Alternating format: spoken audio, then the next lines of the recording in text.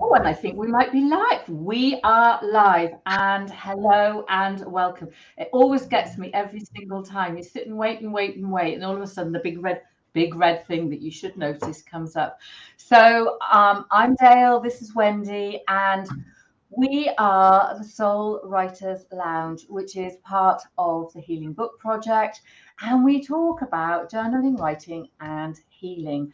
And actually, we've started to talk a lot more about leadership because it's such an important part of getting your message out there and the healing process. So today's show is all about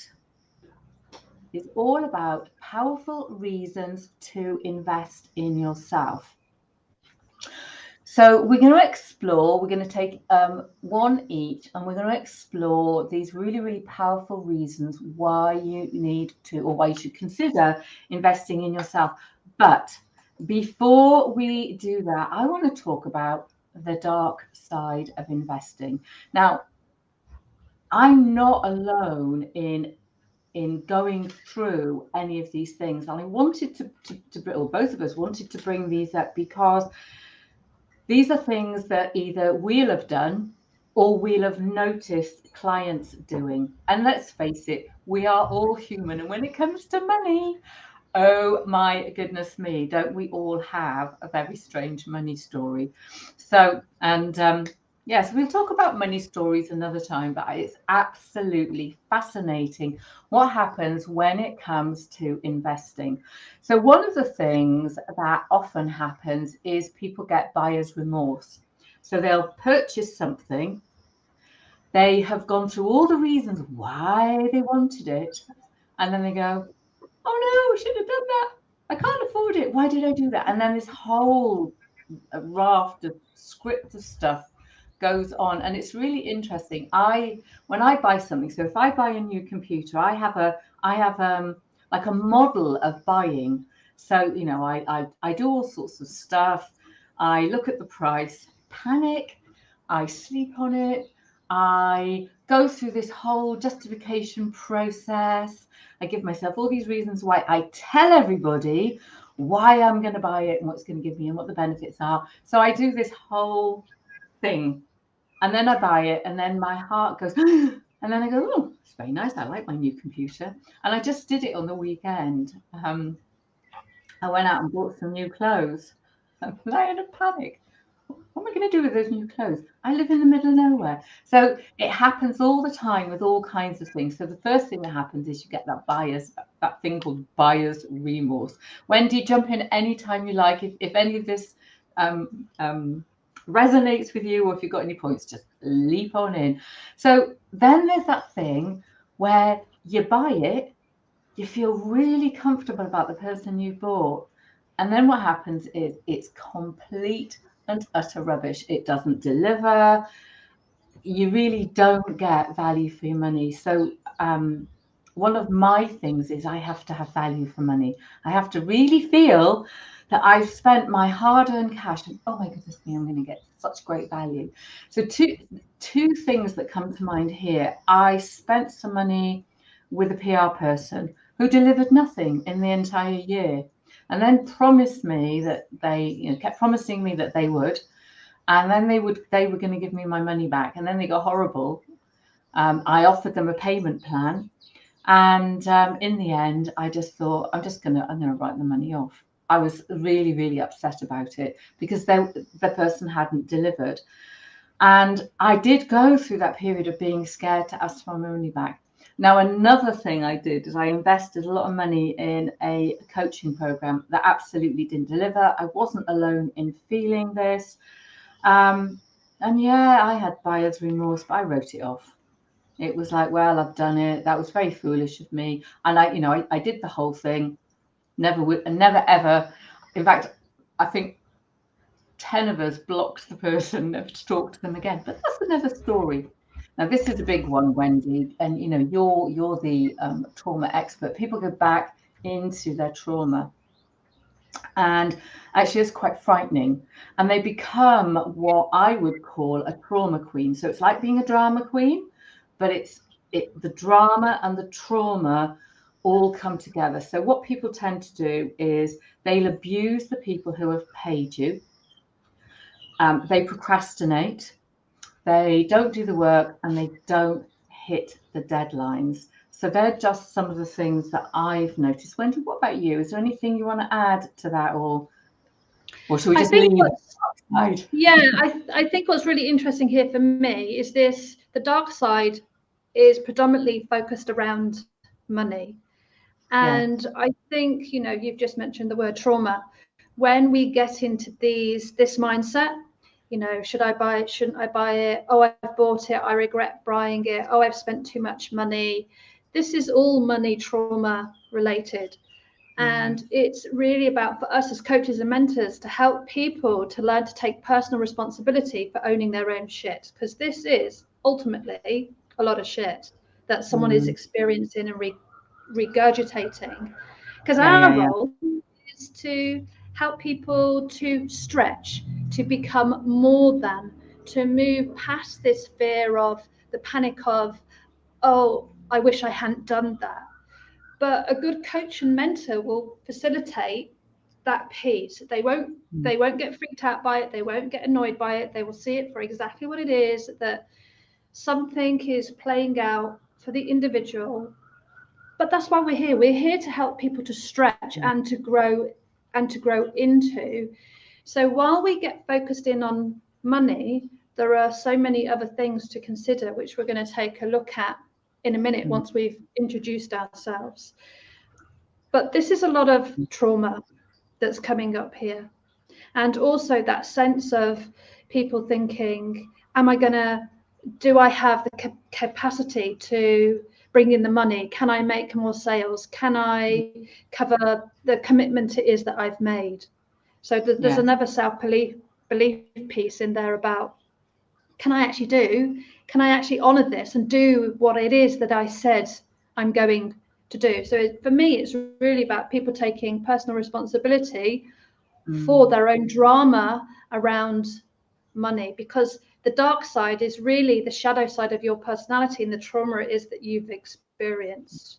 Yeah, and I think the points that we're going to cover will actually come back through all of that. And for me, it's really being clear on the benefits that it's going to give you in terms of taking your life forward. So we've talked about the dark side. Before we go any further, Wendy, I forgot to ask you. I know who you are. Tell us a bit about who you are. Who are you, Dan?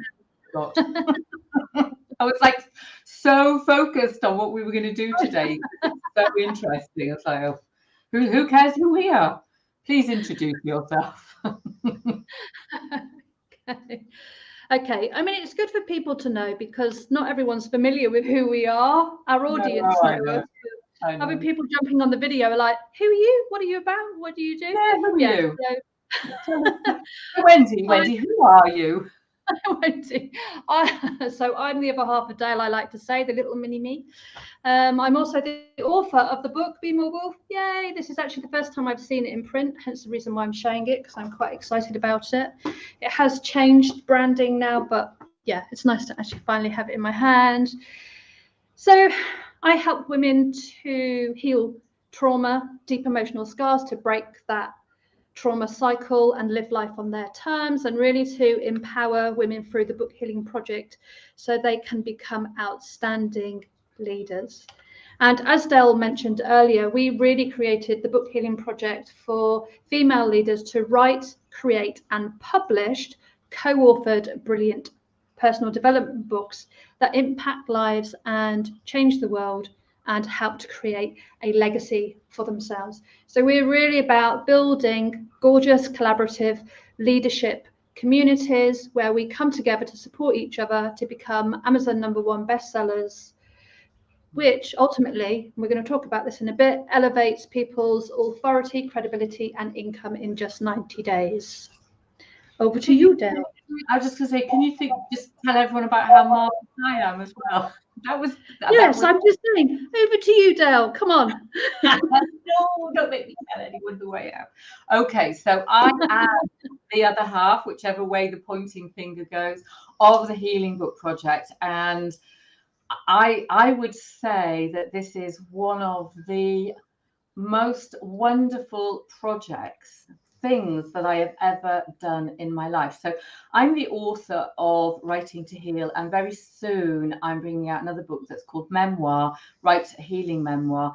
And those things really embody me and kind of like my mission on this earth, which is to inspire women to heal their stories through the written word, but to find their voices and speak their truth and really stand up and lead through whatever it is that they've gone through, those stories. And all of that really feeds very beautifully into the work that Wendy and I are doing. So for me, you know, if you write to heal and then write to heal the world, and you write those really, really powerful memoirs and stories, what you can do is build an amazing personal brand, create an impact in the world, and inspire other people. More than ever, we need female leaders to rise up and help us to, I'm going to say, lead humanity. I mean, it sounds ever so large, like a really big thing, but leading humanity could be in your home, in your community, in your town, and it could be on a global scale. But I really believe that we are ready as women to come together and lead what we have called leading an evolution, and we make a fantastic team. I've never worked with anybody who it's like a little jigsaw puzzle, and it works so fantastically well. So we both have different skills that we bring into this project and our mission. So we've covered that dark side. So, you know, that's gone. So it really is. I think in terms of investing, when I've thought about, you know, the subject that we're going to talk about today, I thought about the commitment that I've made to my personal growth. And then I've looked at the people who've come on the Healing Book Project and the commitment that they've made. So, for example, when we make a commitment to our growth, so we've invested in something, that means we want to up level, we want to grow, we want to become, we want to step into all that we can be. And that, what that does is requires a level. We talked last time about courage, and when we have courage, it helps to build our confidence. So commitment to your growth is about creating confidence. So just recently, and I'm not going to show you my nails because I filed them all off, I did a photo shoot. Great fun. I had my hair done. I sat for ages in all these curlers and things, had my nails done. I had these beautiful gel nails done, which I filed off. I bought a dress and I went and had a great photo shoot. So one of our members in I'm going to say, call them Team Phoenix, has gone off. Oh my goodness me. She has had an absolute ball. She's invested. Not only did she invest in the Healing Book Project, and that's really, really boosting her confidence, but she went off and did this amazing photo shoot. I am so jealous. Her pictures are absolutely divine. So that's helping her to build her confidence. Skills. So when you make an investment in something, so let's, you know, I can only talk about what we do, but when you make an investment in something like the Healing Book Project, you may have always wanted to write a book, but you don't know how. So what that does is build your skills. You know, so if I think about me, oh my goodness, donkey's years ago, my mum and dad gave me £4,000, and at the time I was freaked because I never was very good at receiving money. And what I did is I thought, how could I invest that money that came out of the middle of nowhere? Well, obviously, out of my mum and dad's bank account. How could I invest that in myself? So what I did is I went up to London. I took it was either 3 or 4 day course, and it was about becoming a more creative trainer. So I had spent the whole lot on the course, the traveling, the hotel, eating out. I had the most amazing time. I've spent money on executive coaching. I've spent money on doing an MBA. Now, the MBA, as well as the skills, is about confidence. My husband told me I was stupid, so I did an MBA. I mean, you know, what kind of crazy girl am I? But as a leader, when you make a commitment to your growth, people like to see people investing in themselves. And what they do is they notice the difference that that makes. So when I invested in my course, that made me a better trainer. I was doing corporate training at the time, and I really noticed the difference. And so did other people. And skills. It's imperative for learners to, we talked last time about curiosity. It's important to remain curious and want to expand and grow your skills, because what people don't want, and I know when I've worked in corporate, I don't want to work for a leader who doesn't want to grow their skills, because if they grow their skills, they grow the business. They help to take whatever it is forward. So that's my first one. So that was I forgot to actually put that one up, a commitment to your growth. Wendy, over to you. I think what's happening is I'm getting so much into these vidcasts that I like forget about the rest of the world around me. Wendy, over to you. So number two, I have having the ability to be able to get out of your own way. And I see this quite a lot. I've experienced a lot. And that is, there is nothing worse than when you have that feeling of being stuck in like a never ending loop. You're working really hard. Nothing seems to be changing. You're getting the same results. Nothing just seems to be getting better. And that's when you're really stuck, you know, and you're ready to up level and to get out of your own way to be able to move forward. The problem is if you are feeling that, that's quite heavy energy. So that is going to come across in your message, it's going to come across in your marketing, it's going to come across with the clients, even the clients it is that you are working with. So if I think about the women that we work with at the Healing Book Project, and, you know, they start from a position of not knowing. They know they want to achieve more. They know they want to up level in some way, but at the beginning, they just have this sense of knowing that they want to do and be more. So they're not happy with where they're at, but they know they want to share their message, and they know they need to move up into their new message. So really taking the time to understand what's holding you back and being able to get out of your own way. And you've spoken about it a bit, Dale, is being able to up level your life, to do something different is the difference that makes the difference for a lot of people, because they like to see that you are also walking your talk, that you are you're going to be able to help them too with the problems and the challenges it is that they're having. And one of the ways to do that is to learn the skills to be able to get out of your own way and move on naturally to the next thing.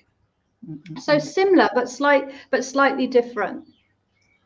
I think, you know, all of this stuff is going to be fairly similar. So, you know, my next point is it opens up opportunities. Well, that really is the same as the first point that I mentioned. So, you know, for example, if you invest in a book program, so, you know, I've been doing writing, coaching and mentoring for many years. What I've discovered is when people make that investment in a program, whether it's to write a book or create a signature program or whatever it is, what that does is you've got a piece of evidence that shows people who you are and what you stand for. And then that gives you that credibility and it gives you that impact. And that enables you, or enables other people, like I said, to see who you are and what you stand for. And it's quite inspirational. You know, they see you doing that and they might aspire to do those things that you're doing. So it opens up that great opportunity for more people to work with you. Now, the other thing that it opens up in terms of opportunities, when you have a body of content in a book, what can you do with it? Well, I've done a lot of things in like the IT and manufacturing industry many years ago. One of the things I did was I was a product manager. So we'd have something and then we would create a roadmap. So when you've got a book, you can go, what else can I create from that? So you develop that opportunity. I mean, no one's saying you've got to create like 6 million products over the next 10 years, but you could, out of a book, signature talks, signature program, membership. You can do ebooks, blogs. I mean, it opens up the opportunity to reach different people in different ways. And obviously, those things need to be aligned to your message, to your vision, and to your mission. So as a leader, as long as the products are aligned, it demonstrates that you are committed to that thing that you have said that you stand for, to that vision.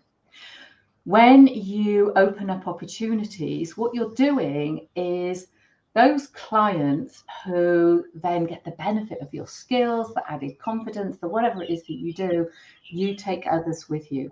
We're not here to lead well, yes, we are here to lead ourselves, but we are here to help other people become more. So it opens up those kinds of opportunities. So for me, when someone writes a book, it opens up opportunities to come and work with you. You learn those new skills, you become more confident, you create more impact, you then can take more people with you, and you can create other aligned products and services showing a commitment to who you are. So that's me. Over to you, Wendy. Yeah, brilliant. I like that. So number 4, I've got boost your likability, authority, and income.